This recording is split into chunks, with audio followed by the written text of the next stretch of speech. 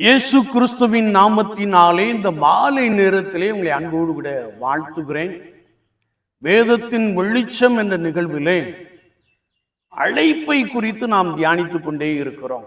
இன்றைக்கும் 2 ராஜாக்களின் புஸ்தகம் 6ஆம் அதிகாரம் 22ஆம் வசனத்தை நாம் வாசிக்கின்ற பொழுது, உன் எதிராளிக்கு விருந்து கொடுக்க ஆண்டவர் உன்னை அழைத்திருக்கிறார். சத்துருக்களுக்கு விருந்து கொடுக்க ஆண்டவர் உன்னை அழைத்திருக்கிறார். இயேசு ஒரு விஷயம் சொன்ன போது, உங்களை சிநேகிக்கிறவர்களே நீங்கள் சிநேகித்தால் அதனால் லாபம் என்ன, உங்கள் சத்துருக்களை சிநேகிங்கள் என்று சொன்னார்.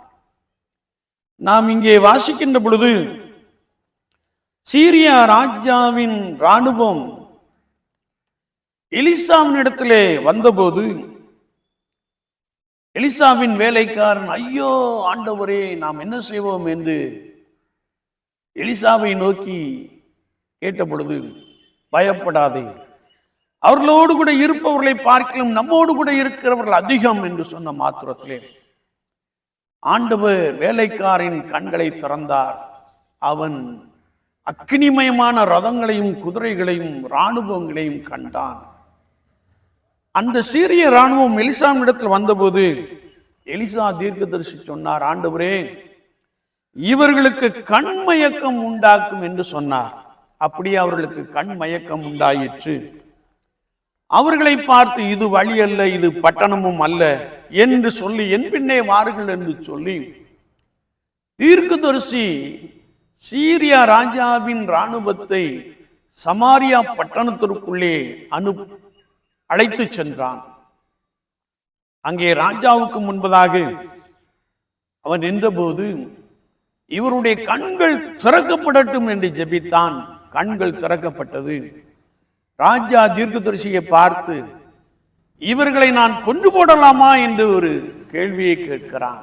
உடனே எலிசா தீர்க்கதரிசி சொல்லுகிறார், நீர் இவர்களை கொண்டு போட வேண்டாம், இவர்களுக்கு விருந்து பண்ணும் என்று சொன்ன மாத்திரத்திலே, இவர்களுக்கு அப்பமும் தண்ணீரும் கொடும் என்று சொன்ன மாத்திரத்திலே ராஜா தீர்க்கதரிசியின் சொல்லை கேட்டு மிகப்பெரிய விருந்தை உண்டு பண்ணி சீரியா ராஜாவின் இராணுவத்தினருக்கு கொடுத்து அவர்களை பத்திரமாய் அனுப்பிவிட்டான் என்பதையும், அதற்கு பின்பு சீரியா ராஜாவின் தண்டு இஸ்ரவேலின் மேல் வரவில்லை என்பதையும் இந்த பகுதியிலே நாம் தெளிவாய் அறிந்து கொள்ள முடியும்.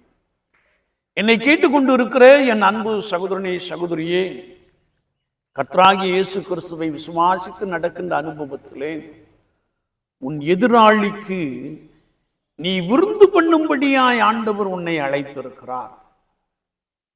வேளை வாய்ப்புகள் சமயங்கள் கிடைக்கும் பொழுது உனக்கு எதிராக யாரெல்லாம் செயல்படுகிறார்களோ அவர்களை அழைப்பித்து அவர்களுக்கு விருந்து கொடுக்கும்படியாய் ஆண்டவர் உங்களை அழைத்திருக்கிறார் என்பதை நீங்கள் ஒருபோதும் மறந்து போக வேண்டாம். எலிசா தீர்க்கதரிசியை பிடிக்க வந்த சீரிய இராணுவத்திற்கு தீர்க்கதரிசியின் சொல்லை கேட்ட ராஜா மகாபெரிய விருந்தை பண்ணினான்.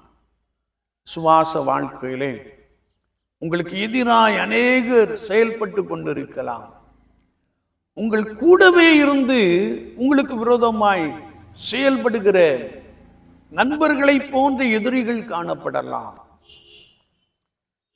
உங்களை எப்படியாவது கவிழ்த்து போட வேண்டும் என்று சொல்லி கங்கணம் கட்டி கொண்டிருக்கிற எதிரிகள் காணப்படலாம். ஆனால் இப்படிப்பட்டவர்களை நீங்கள் அழைத்து அவர்களுக்கு மனப்பூர்வமாய்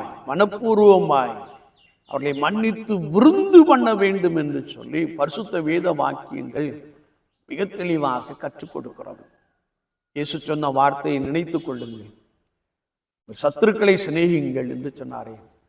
அப்படி சிநேகித்து ஒரு உள்ளான அன்போடு கூட எதிராளிகளுக்கு விருந்து அளிக்கின்ற பொழுது அதற்கு பின்பதாக ஒரு பெரிய சமாதானம், அதற்கு பின்பதாக ஒரு பெரிய மகிழ்ச்சி உண்டாயிருப்பதை குறித்து வேத வசனங்கள் நமக்கு தெளிவாய் கற்றுக் கொடுக்கிறது.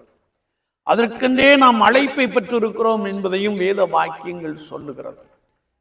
இப்படி விருந்து பண்ணி அனுப்பின பின்பு சீரிய ராஜாவின் படைகள் தண்டுகள் இஸ்ரவேலின் மீது வரவில்லை என்பதாக பரிசுத்த வேத வாக்கியம் நமக்கு மிக ஆழமாக கற்றுக் கொடுக்கிறது. எல்லாரையும் நேசிப்போம். குறிப்பாக உங்களுக்கு எதிராய் செயல்படுகிறவர்களை நீங்கள் ஆழமாய் நேசியுங்கள். அவர்களுக்கு நீங்கள் விருந்து பண்ணுங்கள். அவர்களை நீங்கள் உபசரியுங்கள்.